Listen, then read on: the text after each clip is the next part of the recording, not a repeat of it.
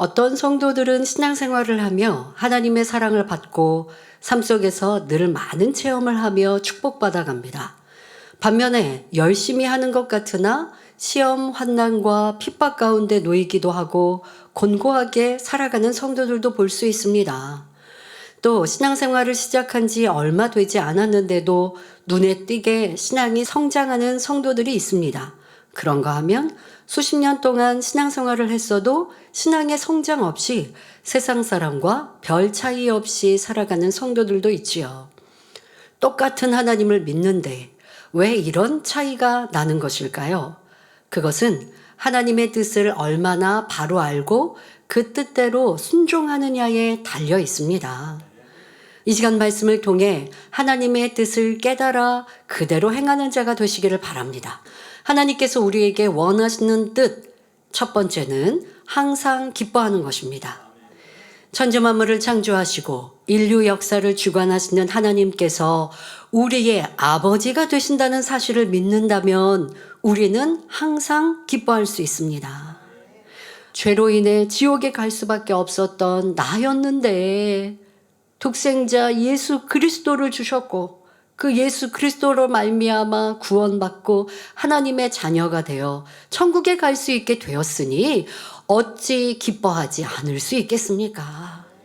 그러나 만일 우리가 즐거운 일이 있을 때만 기뻐하고 시험 환난과 문제가 올 때는 기뻐하지 못한다면 하나님을 믿지 않는 세상 사람과 다른 것이 전혀 없지 않습니까? 세상 사람들은 인생이 어디로부터 와서 어디로 가는지 알지 못하기 때문에 이 땅의 삶에만 목적을 두고 살아갑니다.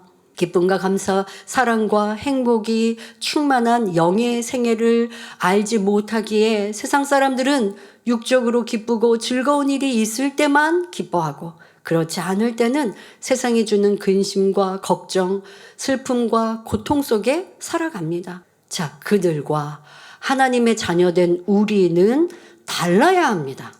하나님을 믿는 믿음과 천국 소망이 있기 때문에 좋은 일이 있을 때만이 아니라 시험 환난과 고통이 와도 기뻐할 수 있는 것입니다. 첫사람 아담이 에덴 동산에서 살 때는 선과 진리만 있었으므로 선과 진리와 상반된 악과 비진리를 몰랐고 또 이로부터 비롯된 슬픔과 고통도 전혀 알지 못했으며 경험할 수도 없었습니다. 그러니 선과 진리가 얼마나 아름다운 것인지 에덴 동산의 생활이 얼마나 기쁘고 행복한 것인지도 느낄 수가 없었지요. 그러나 첫사람 아담이 하나님께 불순종의 죄를 범하여 이 땅으로 쫓겨나면서부터 아담과 그의 후손인 온 인류는 이 육의 세상에서 고통, 슬픔, 사망 등의 상대성을 체험하며 살아가게 되었습니다. 그러다 결국은 사망인 지옥으로 갈 수밖에 없었지요. 그런데 사랑의 하나님께서는 독생자 아들 예수 그리스도를 통해 믿음으로 구원에 이르는 길을 열어주셨습니다. 바로 이 사실을 믿는 하나님의 자녀들은 비록 이 땅에서 온갖 환난과 풍파를 만나더라도 기뻐하고 즐거워할 수 있는 것입니다. 슬픔, 고통, 사망이 없는 천국, 머지않아 돌아갈 본향이 있음을 믿기 때문이고 그곳에 가면 하나님 아버지께서 우리를 반겨 맞아주시고 예비하신 상급과 영광을 주실 줄을 믿기 때문이지요. 더욱이 이 땅에서 받는 연단 역시 아버지 하나님께서 우리에게 더 좋은 천국과 더 큰 영광을 주시기 위해 허락하신 것임을 믿을 때 우리는 연단 중에도 진정 기뻐할 수 있습니다. 이 땅에서 아무리 부유하고 건강하며 지식을 많이 쌓고 권력이 있고 명예가 있다 해도 죽을 때는 하나도 가져가지 못하지요. 그러니 이러한 세상적인 것들은 기쁨의 기준이 될 수 없습니다. 설령 환경이 어렵고 육신의 질병이 있으며 가정 일터에 문제가 있다 하더라도 하나님을 온전히 믿고 하늘나라 소망이 있으면 항상 기뻐할 수가 있는 것입니다. 히브리서 11장 6절에 믿음이 없이는 기쁘시게 못하나니 하나님께 나아가는 자는 반드시 그가 계신 것과 또한 그가 자기를 찾는 자들에게 상 주시는 이심을 믿어야 할지니라 했습니다. 이러한 믿음이 있다면 항상 기뻐할 수 있고, 이 믿음을 기뻐 받으신 하나님께서는 그 믿음대로 역사해 주시는 것입니다. 지나간 연단의 시간, 여러분은 얼마나 하나님을 믿는 믿음으로 기뻐하였는지 점검해 보시며, 이제는 누구도 빼앗아갈 수 없는 기쁨을 소유하는 믿음 있는 성도님들이 되시길 바랍니다. 자, 둘째 하나님의 뜻은 쉬지 말고 기도하라는 것입니다. 쉬지 말고 기도한다는 것에는 세 가지 의미가 있습니다. 첫째, 항상 습관을 쫓아 기도해야 하는 것입니다. 기도하고 싶은 마음이 있을 때나 해결받아야 할 문제가 있을 때만 기도하는 사람이 있습니다. 또는 기분이 좋고 감사할 때만 기도하는 사람도 있지요. 그러나 우리는 무슨 조건을 두지 말고 항상 습관을 쫓아 깨어 기도해야 합니다. 성경을 보면 예수님과 많은 믿음의 선진들도 습관을 쫓아 기도했던 것을 알 수 있지요. 처음 예수 그리스도를 영접한 상태에서는 어떻게 기도해야 하는지 잘 모르기 때문에 기도하는 것이 힘들게 느껴질 수도 있습니다. 그러나 꾸준히 하나님의 말씀을 양식 삼으며 쉬지 않고 기도 생활을 해나가면 영이 자라나 강건해지고 힘있는 기도를 할 수 있습니다. 그래서 기도는 영혼의 호흡이라고 하는 것입니다. 그런데 성령으로 거듭난 하나님의 자녀가 기도를 쉬면 처음에는 잘 느끼지 못하지만 점점 시간이 지날수록 마음이 답답해지고 공고해지기 시작합니다. 자, 이때 원수마귀 사단은 그 성도의 가장 취약한 부분을 공격합니다. 사단이 육신의 생각을 통해 세상 것이 좋게 느껴지도록 주관하는데 기도를 쉬고 있으니 이런 미혹에 쉽게 빠져들지요.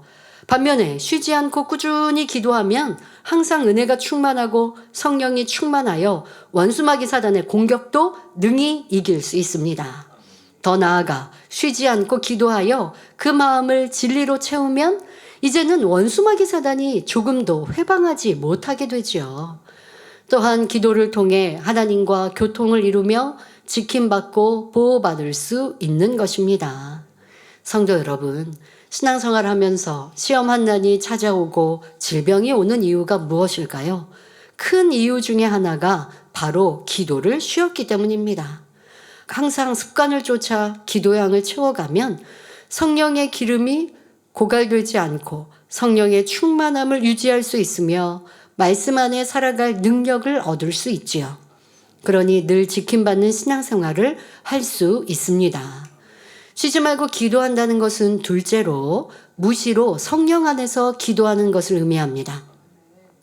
우리가 습관을 쫓아 기도하는 것 외에도 때때로 성령께서 마음에 강권적으로 기도를 주관하실 때가 있습니다.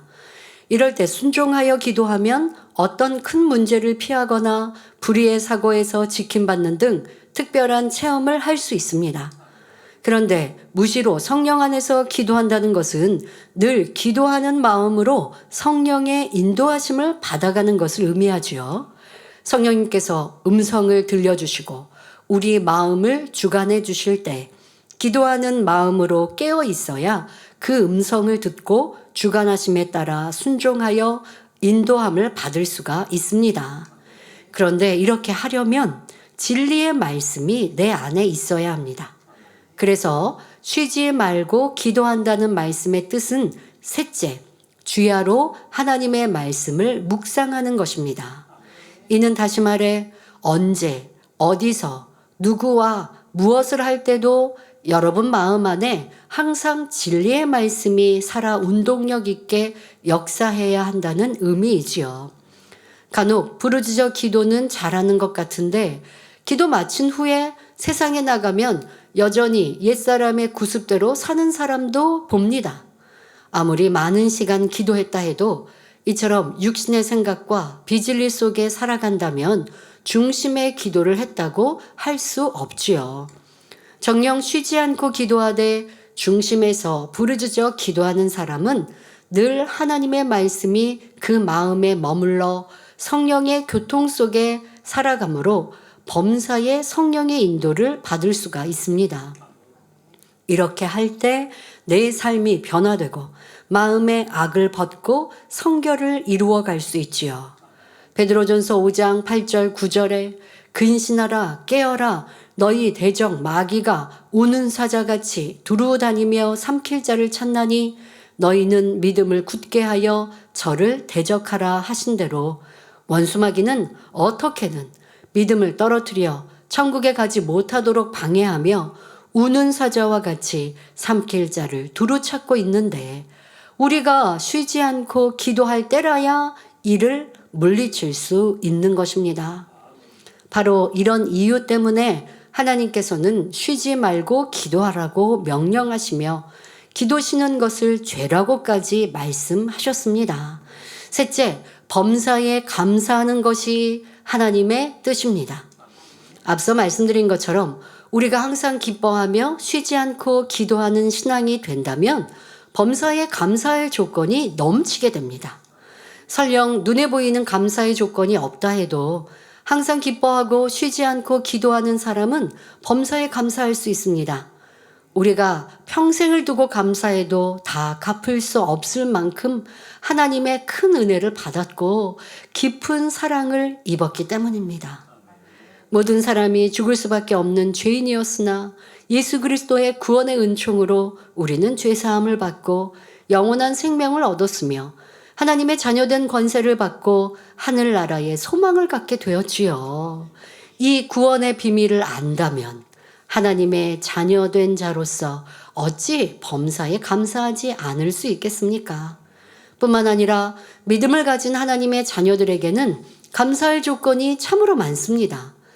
진리 안에서 무엇이든지 구하면 얻게 하시고 찾으면 찾게 하시며 두드리면 열어주시겠다고 약속하신 하나님께서 우리의 아버지가 되시니 얼마나 감사합니까? 그런데 범사에 감사한다는 것은 좋은 일에만 아니라 좋지 않은 일 가운데도 감사하는 것입니다. 감사할 조건이 있을 때만 감사하는 것은 하나님의 자녀가 아니라 해도 할 수 있지요. 하지만 하나님의 자녀는 다릅니다. 육으로는 감사할 상황이 전혀 아닌데도 우리가 믿음으로 감사할 때 하나님께서는 이러한 믿음을 더욱 기쁘게 여기시고 합력하여 선을 이루어 넘치도록 축복해 주십니다. 이는 믿음의 성장에 있어서도 마찬가지입니다. 아버지 하나님께서는 여러분 각자에게 가장 알맞은 방법으로 믿음의 성장을 이끄십니다. 필요에 따라 연단도 허락하시고 그때 믿음의 성장에 필요한 과정들을 여러분 앞에 펼쳐주십니다. 아유, 저 사람과는 일하기 싫어 하는 사람과 만나게 됩니다. 아니, 많이 변화되었다고 생각하며 기쁨을 잃지 않았는데 갑자기 잘못한 것도 없는데 험담하는 얘기를 듣게 되고 비방하는 얘기가 들려옵니다. 이때 그 과정들을 여러분이 얼마나 감사함으로 통과해 가느냐에 따라 믿음의 성장이 달라지지요. 이렇게 어떤 환경 속에서도 하나님을 바라보며 감사한다면 더 신속히 진리로 변화될 수 있는 것입니다. 야고보서 2장 17절에 행함이 없는 믿음은 그 자체가 죽은 것이라 했고 야고보서 2장 22절에도 내가 보거니와 믿음이 그의 행함과 함께 일하고 행함으로 믿음이 온전케 되었느니라 말씀합니다. 그런데 신앙생활을 1년 정도만 해도 오늘 본문에 항상 기뻐하라, 쉬지 말고 기도하라, 범사에 감사라는 이 말씀을 대부분 알게 됩니다. 그런데 이 말씀대로 온전히 행하는 사람은 얼마나 될까요? 특별히 만민의 성도님들, 지나간 연단의 시간을 돌아보며 나는 얼마나 하나님을 믿어드리며 기쁨과 기도, 감사로 승리하였는지 돌아보시기 바랍니다. 판단 정죄하거나 비방하고 수군거리지 않았다 해도 하나님께서 원하시는 뜻을 행치 않았다면 바로 기뻐하고 기도하고 감사하는 이런 하나님의 뜻을 내가 열심히 행하지 않았다면 칭찬받을 수 없는 것입니다. 이제는 오직 전능하신 하나님을 믿고 바라기에 온전히 기뻐하고 감사하며 쉬지 않고 기도함으로 하나님께서 원하시는 참 자녀로 나오시길 기원합니다. 그렇게 다짐하며 기도하는 여러분 모두에게 놀랍게 부어주시는 아버지 하나님의 응답과 축복, 영적인 성장이 임하시기를 주님의 이름으로 축원합니다.